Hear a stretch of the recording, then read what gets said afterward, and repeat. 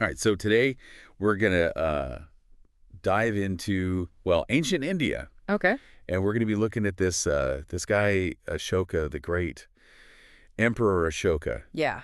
And you've brought like a bunch of sources, mainly like his Wikipedia page, it looks like. Yeah, I mean, it's a pretty good place to start, I think. I mean, For sure. there's a lot there. Yeah, and I think this is going to be good.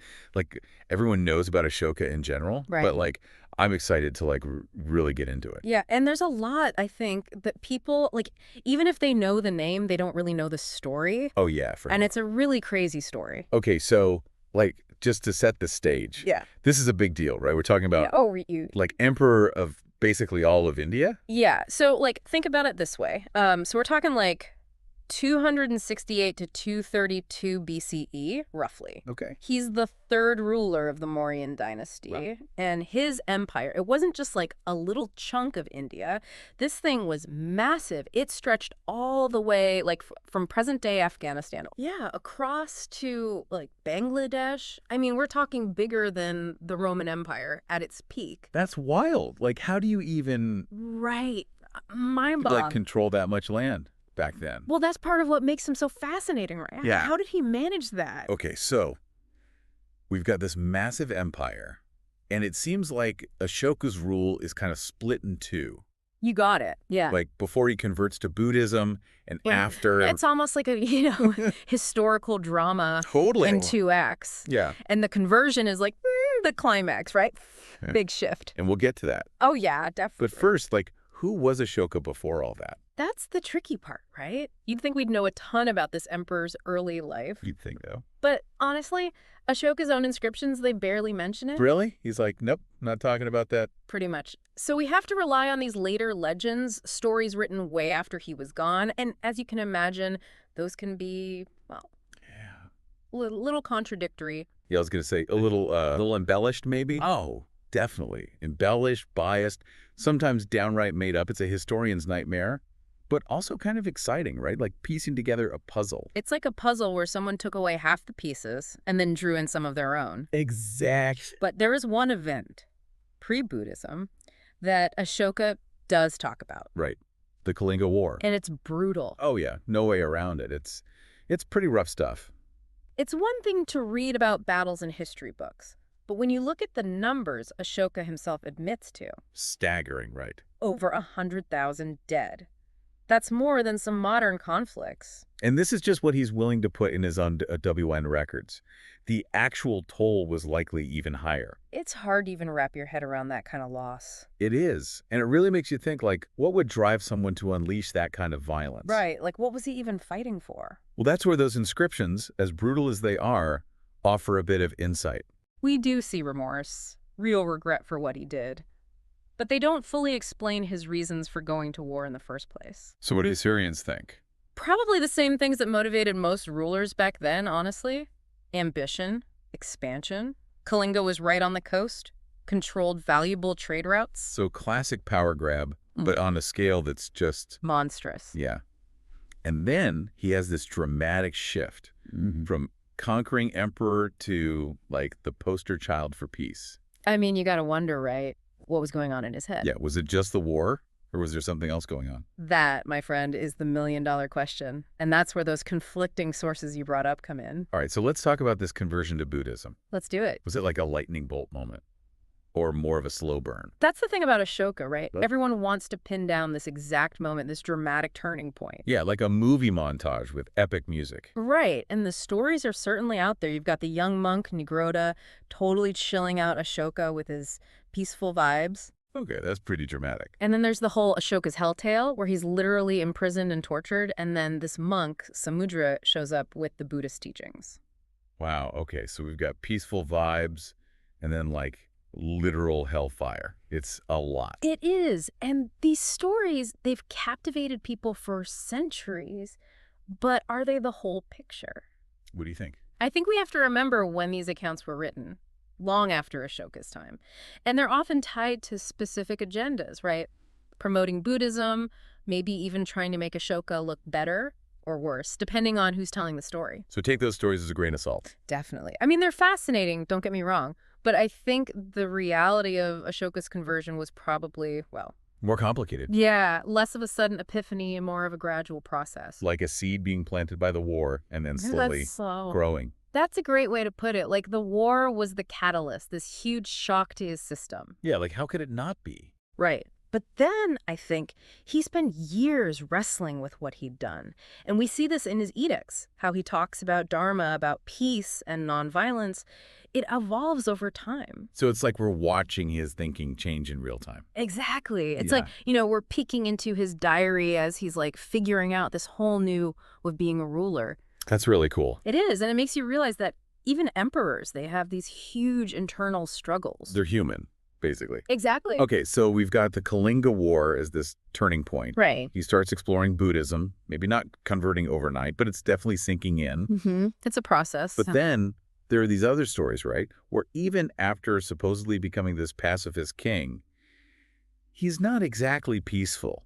You're hitting on one of the biggest contradictions in Ashoka's story. Yeah, like, what's the deal with that? Was he just putting on a show? Or did he really believe all this Dharma stuff? That is the question. Because, like, I'm reading about this Pundravartana massacre, Right. and it's pretty rough. Not exactly the actions of a peaceful Buddhist, is it? That's where, again, we got to put on our historian hats. Oh, I know that look. There's about to be a but. You know me too well. Spill it. Okay, so the Pundravartana incident, where Ashoka allegedly wipes out thousands of Ajivikas. Followers of a rival philosophy. Exactly. Now, the sources that describe this event, they're pretty suspect. Most scholars think it's likely exaggerated, maybe even flat-out propaganda. Propaganda from who, though? Well, anyone who wanted to make Ashoka look bad, right? Yeah. To be rivals to the throne, followers of those Ajivika beliefs. It was a tumultuous time, lots of factions vying for power. So it's like, don't believe everything you read, but for ancient history? Exactly. Always got to ask, who wrote this? Yeah. And what were their motives? That's like they say, history is written by the victors. Oh, absolutely. And in Ashoka's case, with all these conflicting accounts swirling around, separating fact from fiction is crucial if we want to understand the real him. Okay, so we've got Ashoka, this emperor, who's seen the horrors of war firsthand. He's exploring these Buddhist teachings. And he starts talking a lot about Dharma. But what does that even mean? Is it just another word for being Buddhist? That's a really good question, and it's a key distinction to make. While Ashoka was definitely influenced by his Buddhist beliefs, Dharma, as he used it, was broader. Okay, so like what kind of stuff are we talking about? Think of it like a moral code, like a set of principles for living a good life, for being a just and compassionate ruler. So less about what you believe in, more about how you live. Exactly. It's about righteous conduct, social responsibility, respect for all living things. It transcended just being Buddhist. It was about being a good human, a good leader. Okay, that makes sense.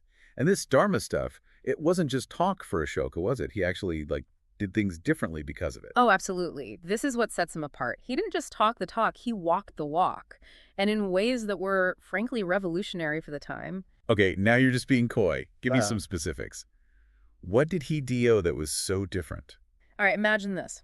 Ashoka, driven by this idea of Dharma, this sense of compassion for all beings, he mandates the planting of trees along roadways. Like for shade and stuff? Yeah, to provide shade for travelers, to beautify the empire, to combat the heat.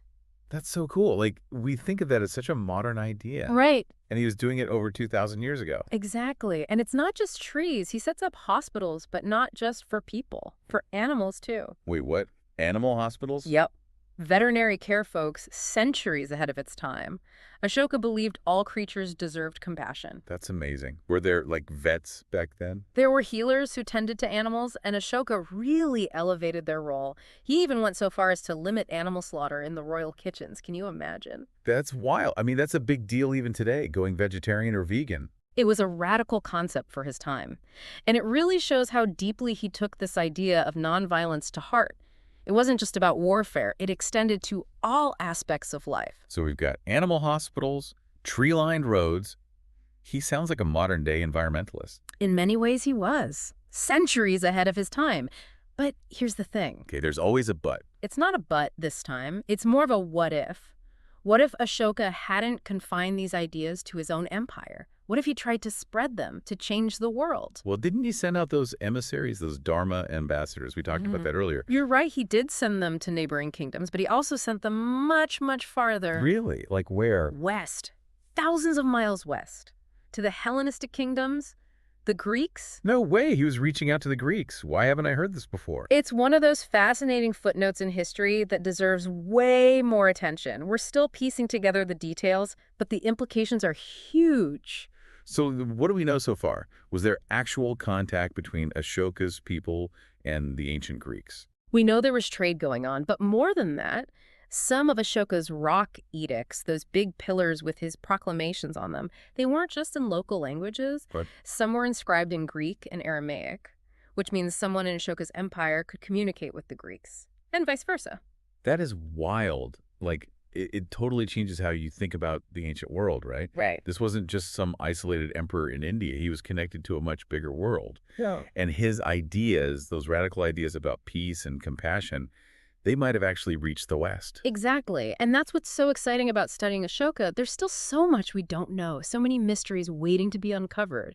And the more we learn, the more we realize just how interconnected the ancient world truly was. It's like this whole hidden chapter of history is opening up. It is. And it makes you wonder, what other connections are we missing? What other stories are waiting to be told? So, we've been talking about Ashoka's influence, like on a grand scale.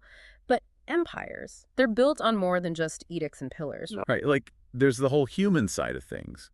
And with Ashoka, well, let's just say his personal life. Plenty to unpack there. Oh, yeah, without a doubt. Like, when you dig into the sources about Ashoka, you inevitably come across all these stories about his wives. Okay, yeah, like how many wives are we even talking about here? Sure. And like how much of that is historical fact versus like good storytelling? It's a question that's had historians scratching their heads for ages. I mean, you have to remember, right? A lot of what we know about Ashoka's personal life comes from texts written way after he was around, often with an agenda. Okay, makes sense. So like, what about those stories about his past lives? I've always found those super intriguing, like in the Mahavansa and the Ashoka Yeah, those are wild, right? But you got to approach those stories with a different lens, I think. It's less about literal history and more about understanding how Buddhists viewed the world. Okay, so like more symbolic or metaphorical? Exactly. Like, they're not trying to give you a biography, but rather illustrate these deeper principles of karma, rebirth, all that. So like, it's not that Ashoka literally was a honey merchant in a past life. It's trying to tell us something else. Right. Take that honey merchant story. He's super generous, right? Offering his wares to this wandering holy man, and boom. That act of kindness, it earns him enough good karma to be reborn as a king. So it's about actions having consequences, even across lifetimes. Exactly. It's a way of understanding the moral universe Ashoka was operating in. But when we shift from those past life tales to his actual wives, that's where the line between fact and fiction gets blurrier. Okay, so how many wives are we talking about then? And are they just names, or do we know anything about them? Well, the sources mention at least 5. Devi, Asantamitra, Padmavati, Kauravaki, and Tisharakshita. 5. Okay, that's a lot to juggle, even for an emperor. Any of them stand out. One that pops up as particularly interesting is Kauravaki. And what's fascinating is that Ashoka actually mentions her by name in his edicts. That's something he doesn't do for the others. Wow, so she must have been pretty important to him. It suggests so, yeah. He even dedicates a whole pillar inscription to her, praising her piety, her charitable works. Okay, so maybe more than just a political marriage there. Sounds like there's genuine affection. It seems that way, yeah. And then, of course, there's Tisharakshita. Yeah, her name's associated with that whole Ashoka's hell thing, right? That's the one. And that's a whole other level of drama, even for Ashoka. Yeah, that story doesn't exactly have a happy ending. It does not. No. The Ashoka portrays this, well, pretty dark tale of palace intrigue and, like, the dangers of unchecked desire. So what happened? Give me the rundown. So the story goes, Tisharakshita, maybe she's feeling a little neglected by Ashoka, or maybe she's got this, like, dangerous infatuation with his son, Kunala. Oh, Yeah, is right. So she tries to seduce Kunala. bold move. It is, but Kunala, being the dutiful son, he's like, nope, not gonna happen. Rejects her. And she does not take it well, I'm guessing. Nope, not at all. Enraged, vengeful, she comes up with this plan, tricks Ashoka into giving her control of the empire temporarily. He fell for that. Hey, everyone makes mistakes, even emperors. Anyway, during her brief time in charge, she has Kunala blinded. Blinded. Okay, that's brutal. Even for a scorned woman, That's hardcore. It's intense, and like a lot of these stories about Ashoka, historians debate how much is true versus exaggerated, but even if it's embellished, it says something about the anxieties of the time. Like about power and what people will do to get it or keep it. Exactly. It reminds you that even in an empire supposedly built on peace and righteousness, there were still those very human and often very messy emotions at play. So we've got Ashoka, this complex figure, striving for peace and enlightenment, but surrounded by drama. That seems to be a theme, right? It does. So how does it all end? Like Ashoka's life, I mean. Does he die peacefully, or is there one last plot twist? Yeah. Okay, so we've gotten through like all of the nitty-gritty, right? Like the wars and the wives and the whole Dharma thing. We've covered a lot of ground, that's for sure. But I think it's important now to kind of zoom out. Yeah, big picture. Exactly. Because here's the thing about Ashoka. He's not just some historical curiosity, right? He actually mattered. Right, like his influence stretched way beyond his own lifetime. Way beyond. And it all goes back to, like we were talking about, how he didn't just preach Dharma, he lived it. And not just personally, but he made it the foundation of his whole empire. Okay, so like how did that actually play out? Because it's one thing to have these ideas, but how do you make them stick around for centuries? Well, those edicts we keep mentioning, those weren't just him talking to himself. They were public declarations. Like carved in stone, literally. Exactly. He put them on pillars, on rocks, scattered them all over the place so people would see them, remember them. It's like a massive, ancient propaganda campaign, but for peace and compassion. Propaganda for good, basically. Exactly. And it worked. I mean, those pillars, those stupas, they're still standing today. Right. It's like they're like physically connecting us to that time. Yeah, that's a great way to put it. Like imagine stumbling across one of these towering pillars with its inscriptions about nonviolence and social welfare. Yeah, in the middle of like some modern city. Exactly. It would make you stop and think, wouldn't it? Like, whoa, they were talking about this stuff thousands of years ago. It's like a message from the past.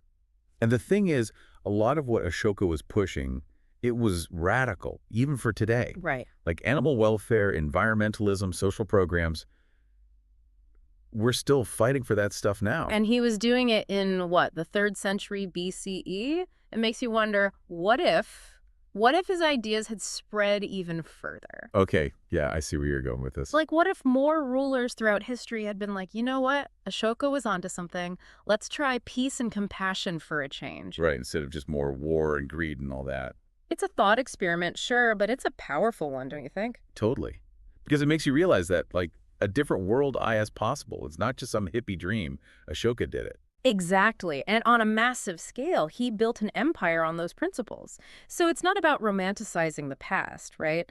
Ashoka was a real person, flaws and all. Yeah, we've talked about some of those flaws. Right. But he also shows us that humans aren't just stuck in this cycle of violence and oppression, Yeah. that we can actually choose something different. And that's a really hopeful message, I think. Especially now, when things feel so messed up sometimes. Absolutely. And I think that's what we can take away from Ashoka, even after all these centuries. It's not about following some rigid set of rules. It's about remembering that we have a choice. A choice in how we treat each other, how we treat the planet, how we build our societies. Exactly. And that those choices matter. They have ripple effects. Just like Ashoka's choices thousands of years ago still resonate with us today. So yeah, it's been a deep dive into ancient India, but I think there are some surprisingly relevant lessons for all of us. Totally agree. And on that note, thanks for listening to this deep dive.